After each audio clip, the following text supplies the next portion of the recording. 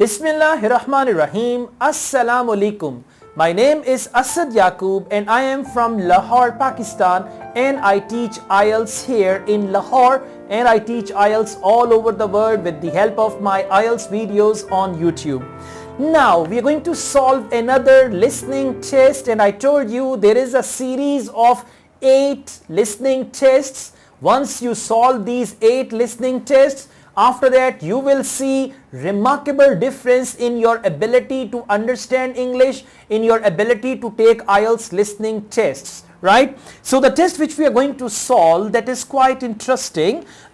Section 1 is one word only. Now it's written one word and or a number. So one word and a number. I mean, if the answer is 6 months, it's one word and a number. So this is how the answer is correct, right? It's not going to be incorrect. So we got one word only, sentence completion. Then we've got more sentence completion, no more than 2 words. Then we've got list, and you got to match that. It's matching type of questions. After that, your favorite type, multiple choice. Okay, we are going to crack multiple choice as well. Once we go ahead, then we've got again sentence completion with no more than 2 words, right? And if we move forward, then there is another type. Yeah, this is a summary completion question with one word only, quite complicated. And at the end we've got A, B, C, D, E, and you got to choose 2 letters from there.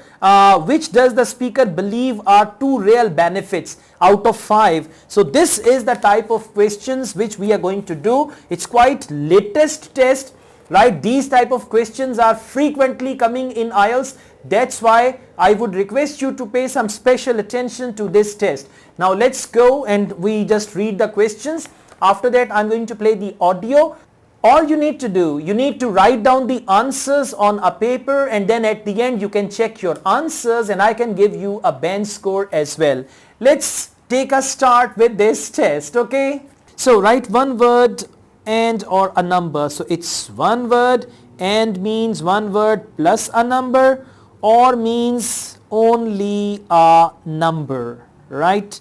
So example is already given. Contact phone number, it's a UK number. They will tell a number and you got to write it down.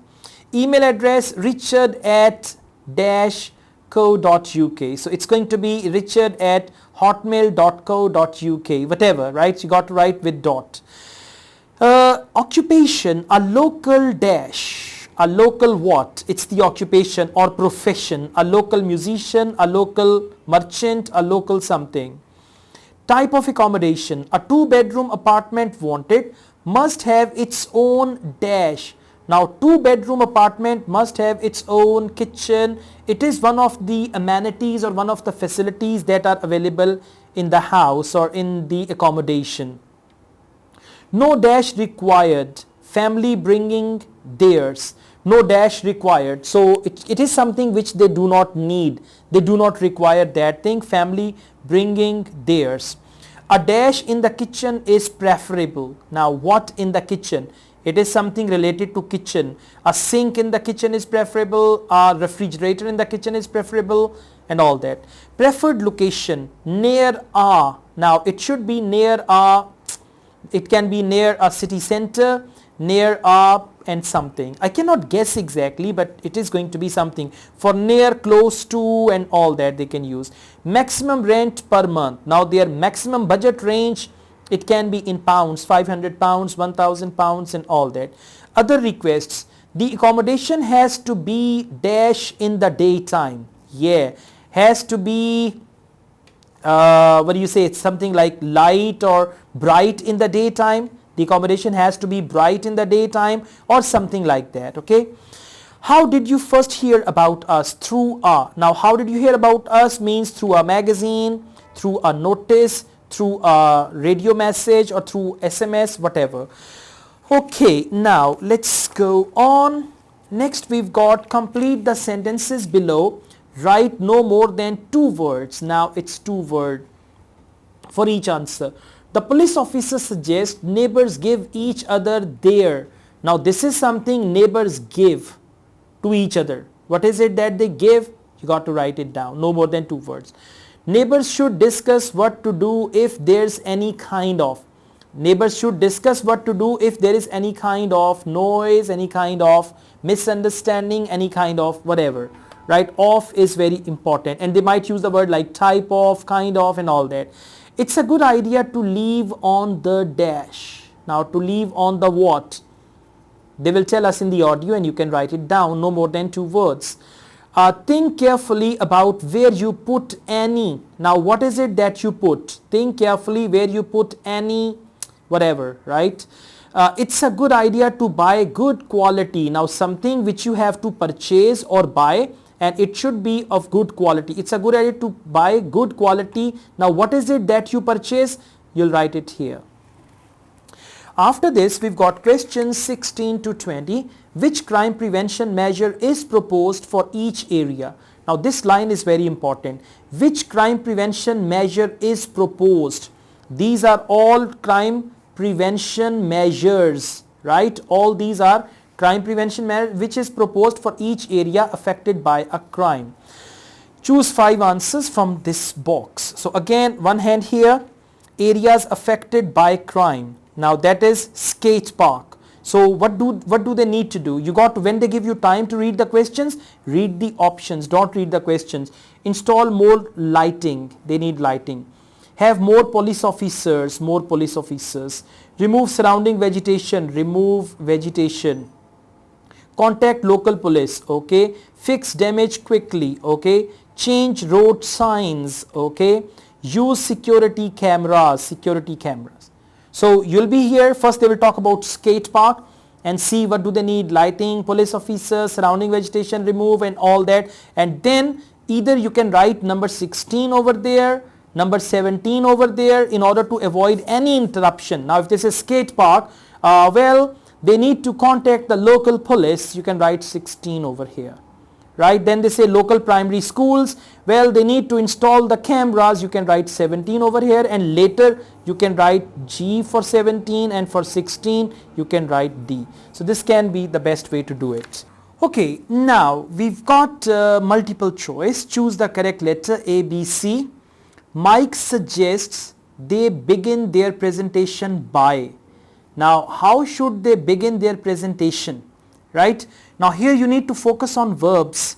Mike suggests they begin their presentation by explaining, by pointing out, by ensuring students. Now, you can read again by explaining what kind of harm is caused by fossil fuels, okay? Explaining, explanation and all that.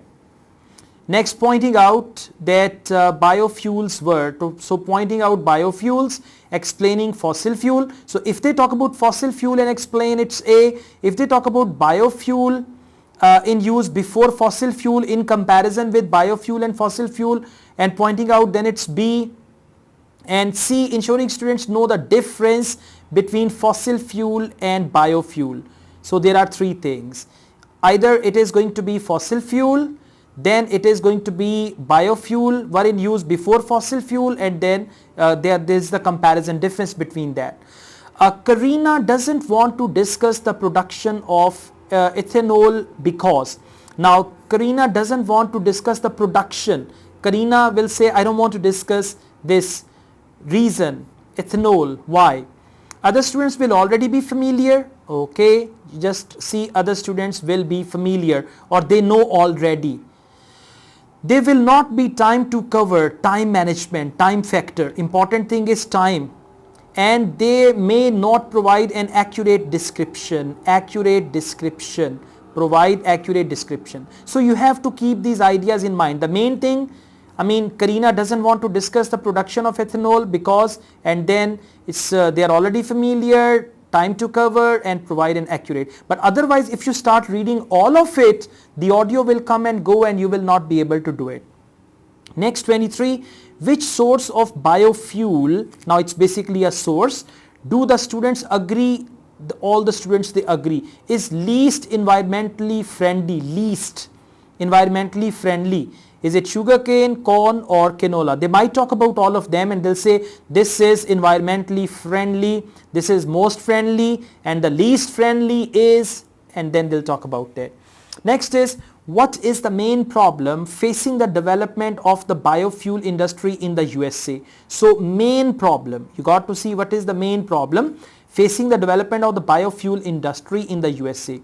Inadequate infrastructure for transportation, not enough farmers growing, so lack of farmers growing. They might use the word lack of farmers growing biofuel crops and all that. Little government support, it can be this as well. So you need to keep in mind, is it infrastructure or not enough farmers or little government support? Then you'll be able to find the answer. Otherwise the audio will reach here and you start reading inadequate infrastructure for transporting ethanol. While the audio is going on, your job is not to read. Your job is to take a look. Your job is to move the pen from here to here or there and all that, and then decide, no, it is not this one. Well, they're talking about it, but they said, well, that's not the real problem. No, it's not this one. Yes, it's this one. And again, put the pencil here. Okay, next, Karina doubts. Now, she's doubtful. She doubts that sugarcane production in Brazil will, now this is future, they might use any other word, lead to loss of wildlife habitats, loss of wildlife habitats, create, now lead to, create, all that the same thing, a large number of jobs, okay, and continue to provide enough energy for the country's need, continue to provide enough energy. So again, you got to see whether they are talking about this or this or this. Karina doubts that. Karina and Mike conclude, now both of them, they conclude that in order to increase the use of biofuels, in order to increase, what is it that we need to do? Price of fossil fuel must go up, more machinery must be adapted, and production methods must be more energy efficient. Production method, energy efficient. So again, if they are talking, for example, first if they talk about it and then you decide, no, this is not the right one, then they immediately come towards the price and you see price of fossil fuel must go up. Are they talking about it? Then you can put a tick over here. Tick and cross technique is very good here. Okay, after this, we've got this. No more than 2 words for each answer. What 2 biofuel related problems? Now 2 problems. Biofuel related problems do Mike and Karina decide to focus. They decide to focus 2 problems on in the last section of their presentation. So they decide to focus on 2 problems. Problem number 1 over here, problem number 2 over here. Okay. Which 2 sources? Now it's basically sources. Here it was about problems. Here sources of biofuel do Mike and Karina say are being tried out. 2 sources are being tried out means it's present continuous. They are being trying that. So what 2 sources? 3 sources. One is already mentioned. You got to see the first. The second is already given, and what is the third one? They will talk about it one by one, and again no more than 2 words. Okay. After this, we've got summary completion in listening. Okay, complete the summary below. So we have summary completion with 1 word only, right? And there is no number and nothing else. So it's about the weak tie theory, how friends of friends influence us. Friends of friends. Wow. Weak tie theory. In 1973, you got to read on like this. Claim that the influence of weak ties can affect the behavior of populations in the fields of information science. Now this is the clue. Number 1, information science. Number 2, politics. Number 3. So whatever they say after information science, after politics, or within information science politics, that's your answer. Although friends of friends may be unlike us, they have similar enough dash to have a beneficial effect on our lives. Now similar enough.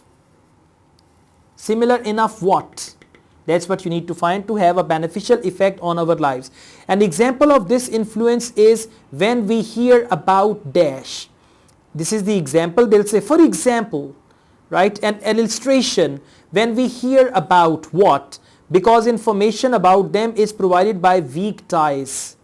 So what is that? So we hear about what? 1 word only. Since Granovetter proposed his theory, or since if the word is long and it's difficult to read, just read the first syllable. Since Gran proposed his theory, Other studies have shown that weak tie networks also benefit our, something related to us, right? So one word only. You can listen to the audio and find this answer as well. Okay, now we've got the last type here, questions 35 and 36. Choose two letters A to E. Now again, this statement is very important. Which does the speaker believe are two real benefits of online social networking? Two real benefits of online social networking. Speaker will speak. So is it like you can say people can. So you may draw a line here. People can what? Gain higher self-esteem, access useful medical information, form relationship more quickly, improve academic performance, be reliably informed about current affairs. So you don't need to read this, just read this part and two real benefits of online social networking, right? And again, pen should be here. Don't put your pen here. You may put one finger here, but pen should be here. And again, you can use the tick and cross technique, right? Because they will talk about all of them. So use the tick and cross technique to find the answer. I'm doing it randomly. I don't know which answer is right. You will know which answer is right. Questions 37 and 38, choose two letters A to E. Which two problems related to online social networking will increase? Now, two problems related to online social networking will increase, and according to the speaker, it's understood. Two problems related to online social networking. Now, problems related on online networking will increase. That's what you need to find. Options are short: criminal activity, poorer grades, a decline in physical fitness, less work done by employees, right, and loss of career prospects. So these options are short. You don't need to shorten them. Next, 39 and 40, choose two letters A to E. Which two claims are made by Robin Dumber? Dumber, not Dumba. Which two claims are made by Robin Dumber about social networking sites? He makes two claims about social networking sites. So what are those two claims? Again, now you can see the options are long. The options are sentences. If the options are sentences, then you got to shorten them. And if the options are phrases, then you don't need to shorten them. They are not helpful for developing certain social skills. Not helpful for developing certain social skills. They cannot fully reveal a person's real character. Cannot reveal person's character. They are not a good starting point for building new relationship. Not a good starting point for building new relationship, or not good starting point for new relationship. They do not encourage people to widen their social circle. Do not encourage widen social circle. They will not retain their popularity with the young generation. So will not retain popularity young generation. Right? Again, one hand here and you got to listen to it. When the pencil is here, automatically this is your radius. This is where you are focusing. And if the pencil is here, you are not focusing. I mean, if the pencil is here, you can take a look at everything. Right? If this suddenly jump to this, you can even jump to that as well. So put the pencil here and then see what it is going to be. So I wish you all the best with this test. Let's take a start. You will hear a phone conversation between an estate agent and a woman wishing to rent accommodation. First, you have some time to look at questions 1 to 10.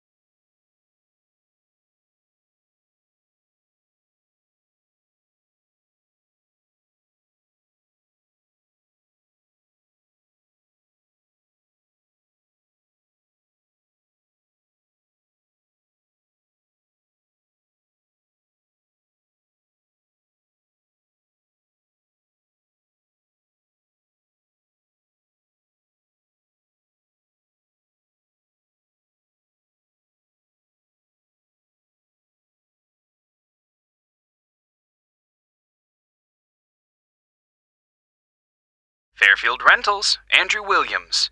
How can I help you? Oh, hello. I'm calling from the UK. My family are moving to Canada early next year, and we're hoping to find somewhere to rent in Fairfield for the first 6 months while we settle in. Right, I see. Well, let's get your details. Yes, my name's Jane Ryder. Okay, Jane.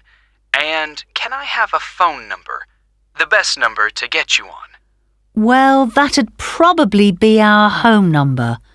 So, 0044 for the UK, and then it's 208 613 2978. All right. And an email address, please, so we can send you out all the information and forms. I think it's best if I give you my husband's email. He's sitting in front of a computer all day, so he can print stuff off and get it back to you sooner than I could. It's richard@visiontech.co.uk. I'll just spell the company name for you. That's VISIONTECH.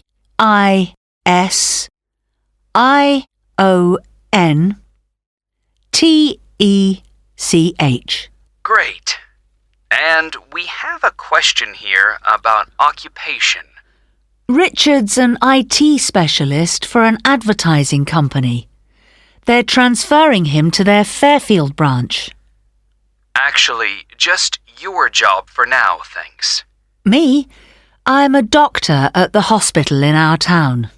Okay, I'll put that down. Now, what kind of accommodation are you looking for?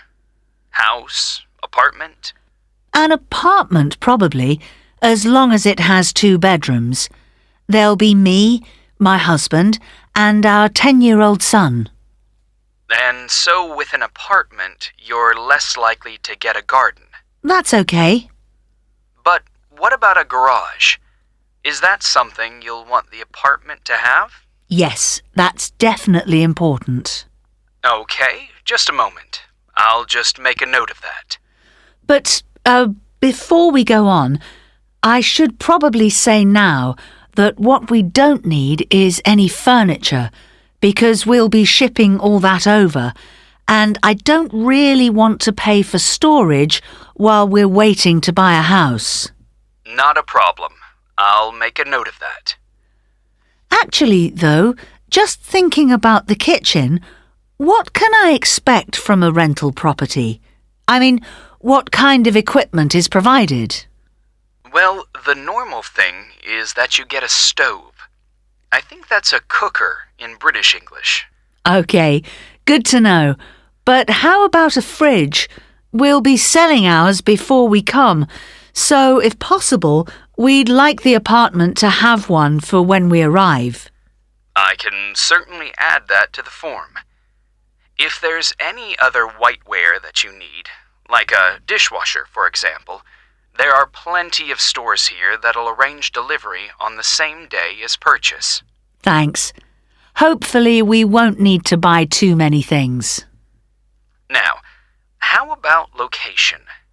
Have you done any research into the Fairfield area? Not that much so far. Well, you mentioned you have a boy. I imagine you'd like to be fairly close to a school. Good idea. That would help. What's public transport like in Fairfield? Is it easy to get around? The bus service is pretty comprehensive. There are plenty of local routes, services into the city and out of town.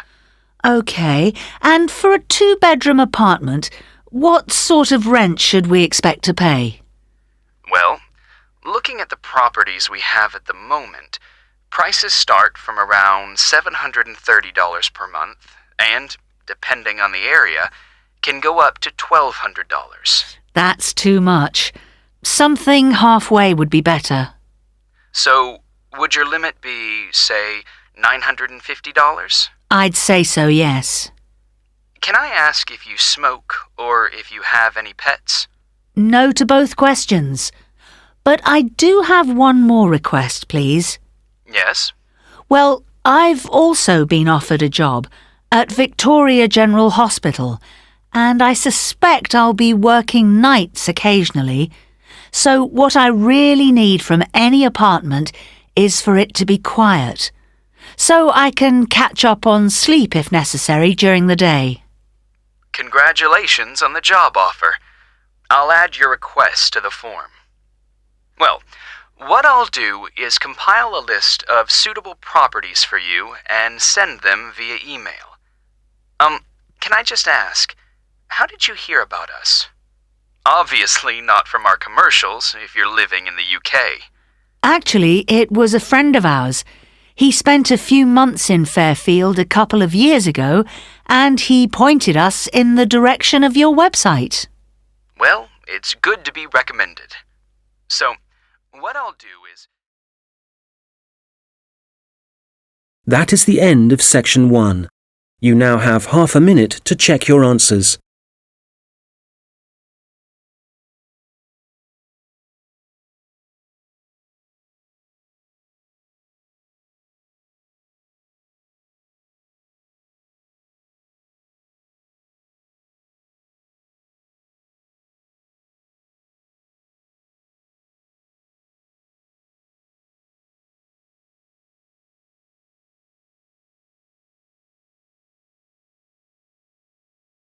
Now turn to section 2.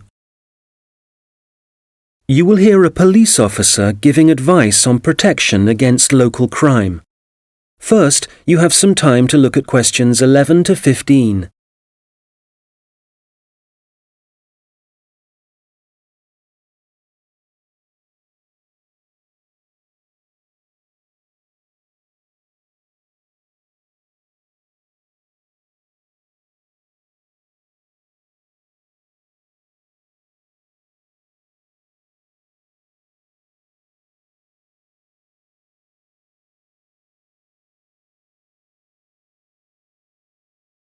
Well, good afternoon. I'm Constable James MacDonald, and as you may know, I'm the community police officer for the local area. That means that, as part of my job, I try to get out in the community as much as possible, talk to the people that live in this neighbourhood, people like yourselves, and make sure there's an effective level of communication between the public and the police, hence the reason for this meeting. There have been several burglaries in the area in the last few weeks, and I'd like to talk about ways you can keep your home and property safe. So I'd suggest that a good way to start is by talking to your neighbours and exchanging contact details with them. This will allow you to get in touch immediately if there's anything suspicious happening next door. Then make sure you have a good discussion about the best course of action to take in case of emergency. Make sure everyone is clear about what to do and who to call. If you plan ahead, this will prevent uncertainty and even panic should anything happen later. Another thing that I would advise you to do is always leave your radio playing, even when you go out. And if you keep your curtains closed, burglars are less likely to try and break in because they can't be sure whether someone's home or not. Now, none of us want to be in the situation where we can't get into our own home, but do take time to think where the best and safest place is to leave your spare keys. Putting them under the doormat or anywhere near the front door is just asking for trouble. You'd be surprised how many people actually do this, and it makes life really easy for burglars. All these things will help keep your community safe and will cost you nothing.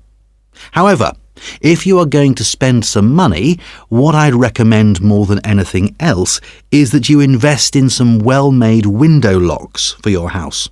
This will give you peace of mind. Before you hear the rest of the conversation, you will have some time to look at the questions 16 to 20.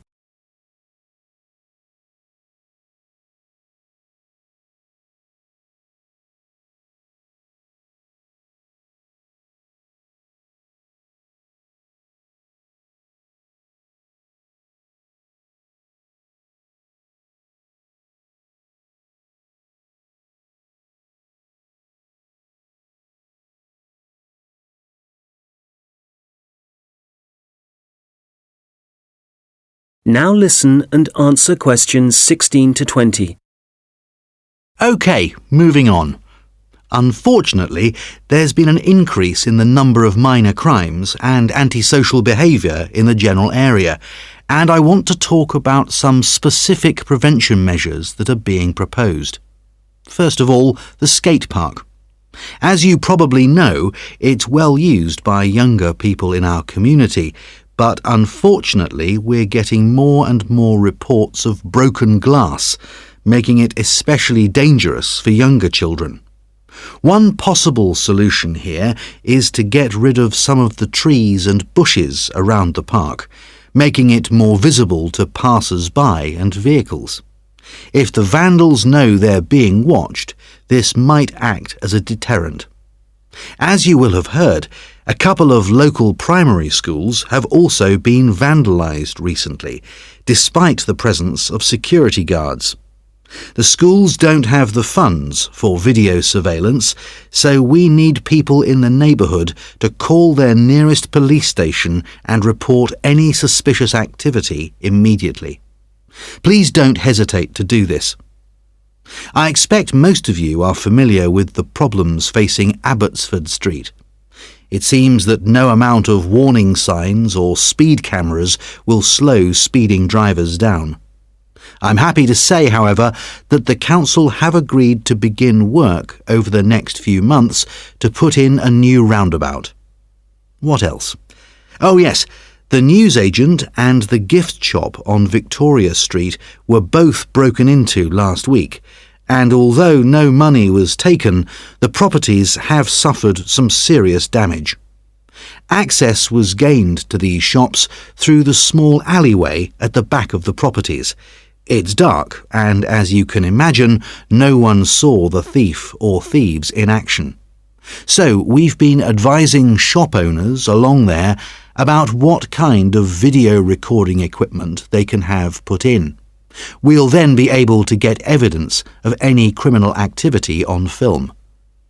The supermarket car park is also on our list of problem areas. We've talked to the supermarket managers and council authorities, and we've advised them to get graffiti cleaned off immediately and get the smashed lights replaced. If you don't deal with this sort of thing at once, there's a strong possibility that the activity will increase and spread, and then it becomes... That is the end of section 2. You now have half a minute to check your answers.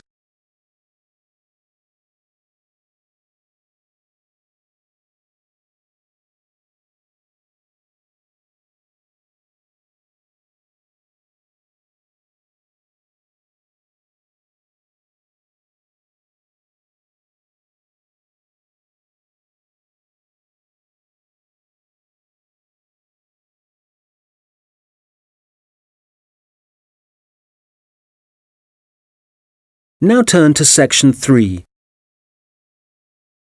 You will hear two students discussing their assignments. First, you have some time to look at questions 21 to 26.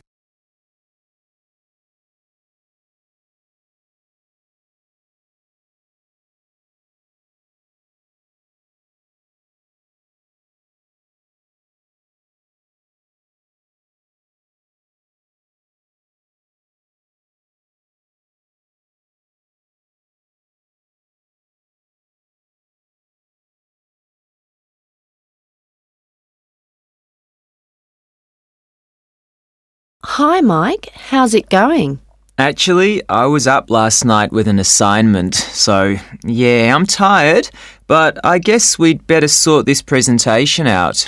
Well, we've done enough background reading, but I think we need to organise exactly what we're going to say about biofuels during the presentation, and the order.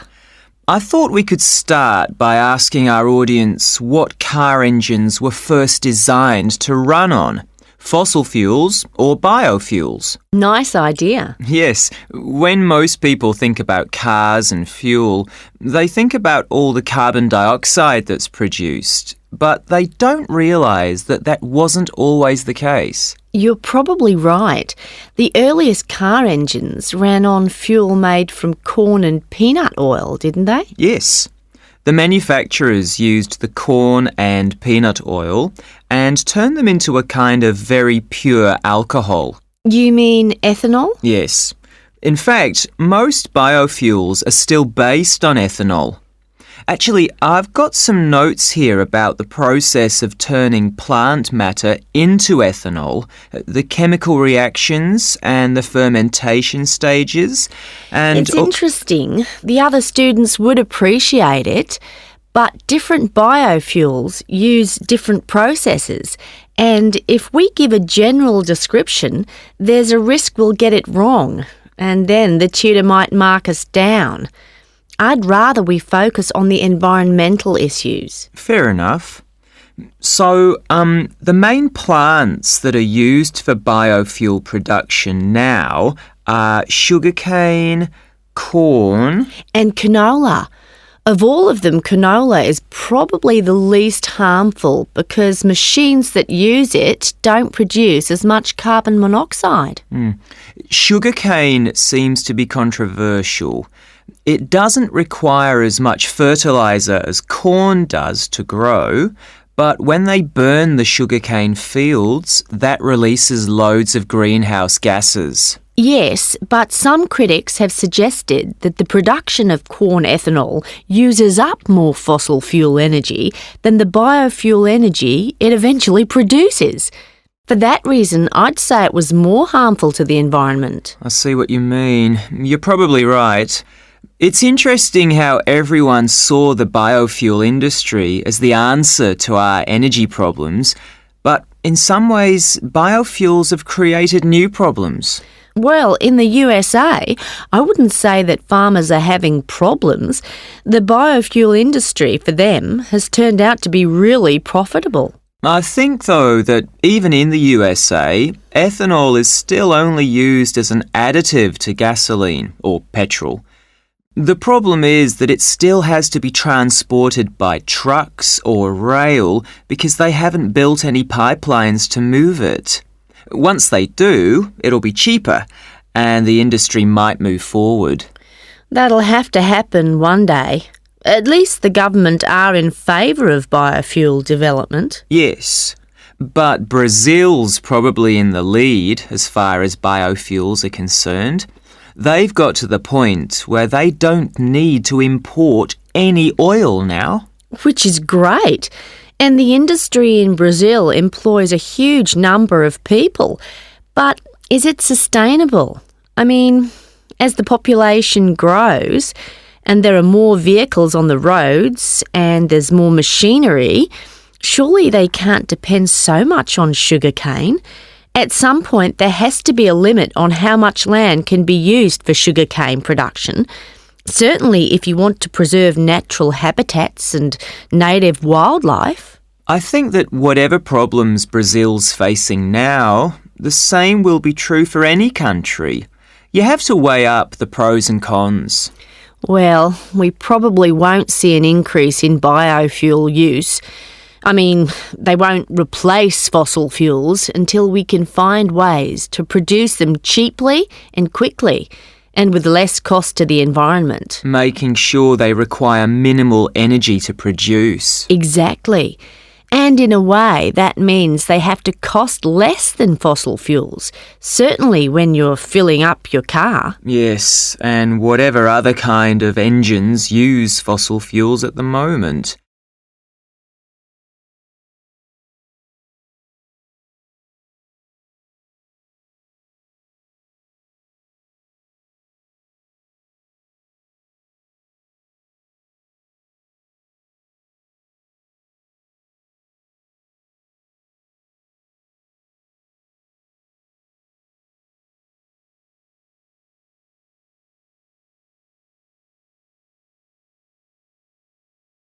Now listen and answer questions 27 to 30. All right, so in the last section of the presentation, what problems are we focusing on? Well, we've already had a look at different types of pollution in the first section, so we can leave that out. But the biggest issue related to biofuels is that land is now being used to grow biofuel crops, and that's contributing to global hunger. Indeed. It doesn't seem right we're using corn to run cars when people can't afford to buy it to eat. Yes, let's talk about that. The other thing is that in some countries, the way that biofuel crops are grown and harvested still produces a great deal of pollution, really damaging to the atmosphere. OK, that's definitely an issue we should look at. Let's not finish on a negative note, though. Why don't we talk about the potential new sources of biofuel? So rather than corn and sugarcane, what other plants could be used? Good. Some companies are exploring the possibility of using wood and seeing how that can be used to make ethanol. Yes, and algae is another possibility. You can grow it in any water and it absorbs pollutants too. I read that. And grasses, they're another plant that researchers are investigating as a biofuel. And these kind of plants aren't used as food, which is why... That is the end of section 3. You now have half a minute to check your answers.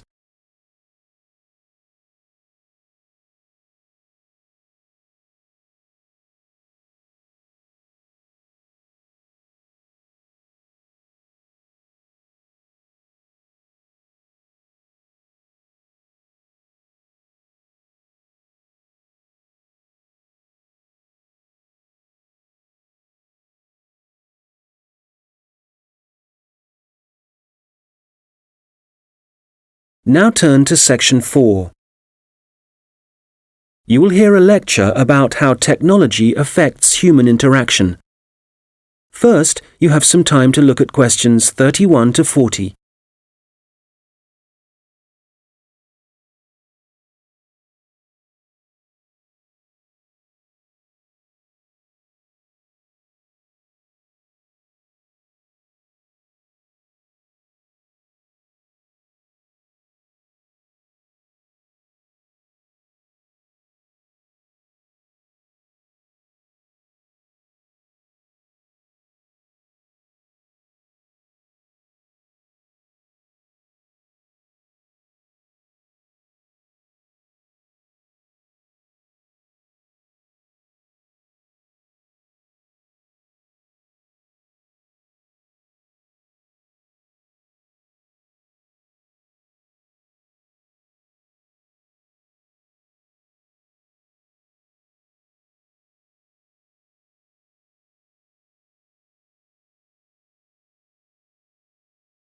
Good morning.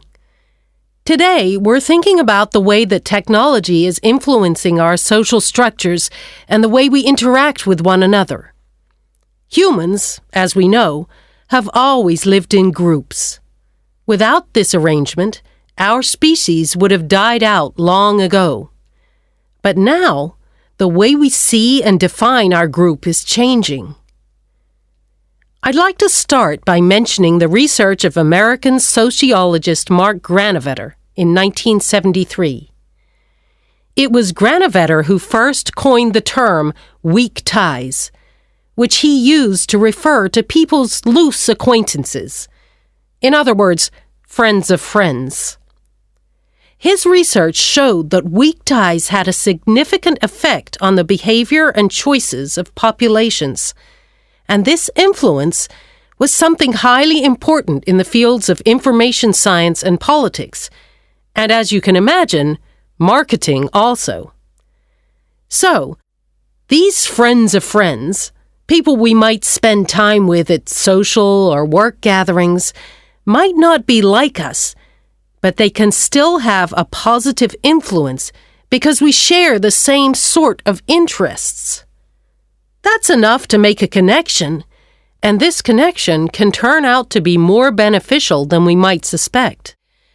An example of this, an example of how the connection can influence us, is when our weak ties get in touch and pass on details about jobs they think might be suitable for us. Well, since Granovetter first came up with this theory, his work has been cited in over 19,000 papers. Some of these studies have looked at how weak tie networks are useful to us in other ways. And one thing that seems to improve as a result of weak tie influence is our health.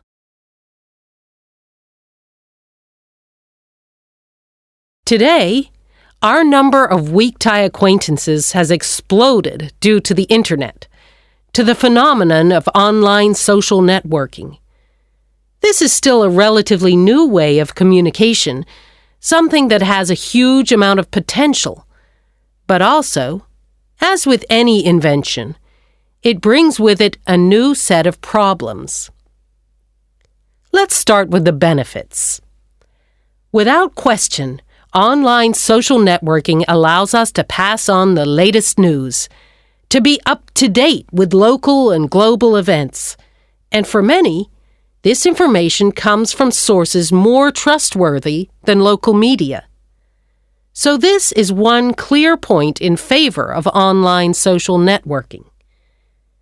I know that it's also being used by students as a means of increasing their chances of success in the way that lecture notes can be shared and ideas discussed. I think, personally speaking, that we need some further research before we can definitively say whether it helps or not. There's also been a great increase in the number of networking sites devoted to sharing advice on health issues, but there are as yet no studies to prove the reliability of that advice. Now, what we do have clear evidence for is that people are developing friendships and professional networks in a way that wasn't possible before. The process is faster. I'm not talking about quality here, but simply that they exist. And it's debatable whether the number of online friends that you have increases your level of self-confidence. That's perhaps an area of research some of you might be interested in following up. Turning to the problems, there are any number of articles connecting online activity to falling levels of physical fitness. But it's too easy to blame the internet for our social problems. The poor grades of school children are also frequently linked to the time spent on social networking sites. But it would be naive to believe there are no other contributing factors. One real concern, however, is the increase in the amount of fraud, where, for example, people are using the personal data of others, which they've put online, for criminal purposes. This kind of activity seems likely to continue.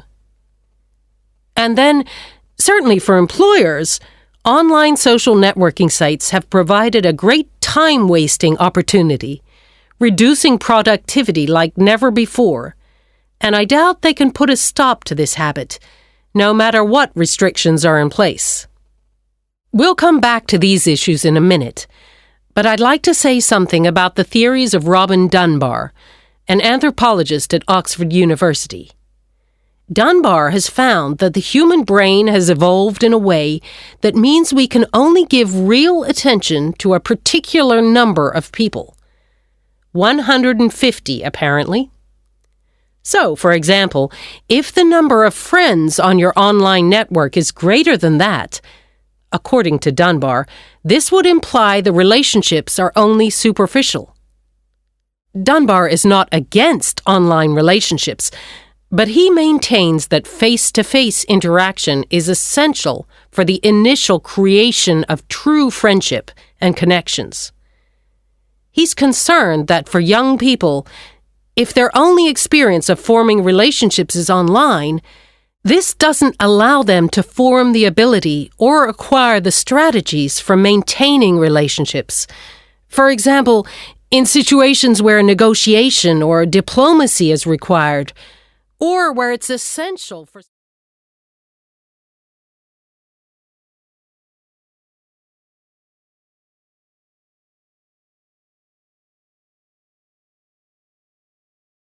Welcome back.